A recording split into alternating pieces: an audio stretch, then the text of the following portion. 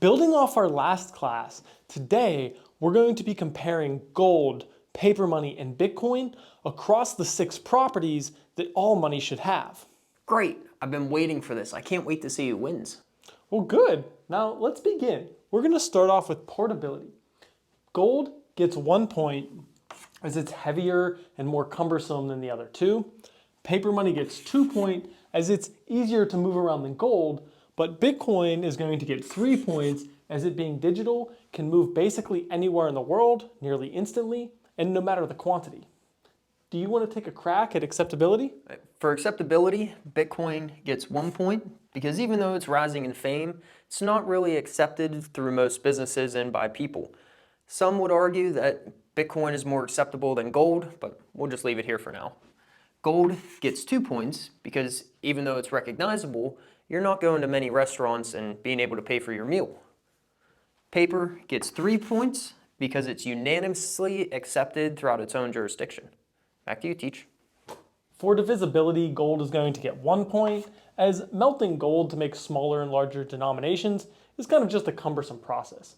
Paper money, in my opinion, is easier to split up than gold is, so I'm going to give it the slight edge for divisibility. Bitcoin, though, is digital, and so it's basically easy to infinitely divide anytime or anywhere. But I'm kind of tired of teaching. Do you think you want to take a shot at the next one? I thought you were the teacher. For uniformity, paper money gets 1 because it's different in all corners of the world. Gold gets 2 because even though it's the same, it can differ by the carat. Bitcoin would get 3 because no matter where you are or who you are, it's always going to be the same. Now, they don't pay me to do your job, so your turn. For durability, paper money is going to get 1 point, as it's just fairly easy to destroy compared to the other 2. Bitcoin is going to get 2 points. Now, for our purposes, it's nearly impossible to destroy, but gold does take the cake here as it was made in an exploding star and been around for billions of years. Now, on to probably our most important, limited in supply. Paper money gets 1 point, and honestly, I wish I could give it a 0 or negative because of how easy it is to inflate and print more of. This in and of itself basically makes it a bad form of money.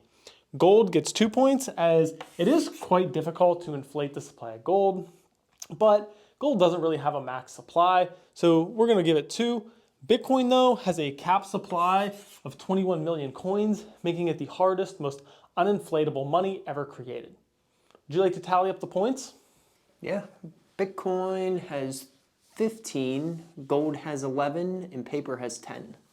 Yeah, so by the properties that make something money, Bitcoin wins. Now, unless Dumbledore is going to come out of nowhere and give some random ass points to one of the other choices. No?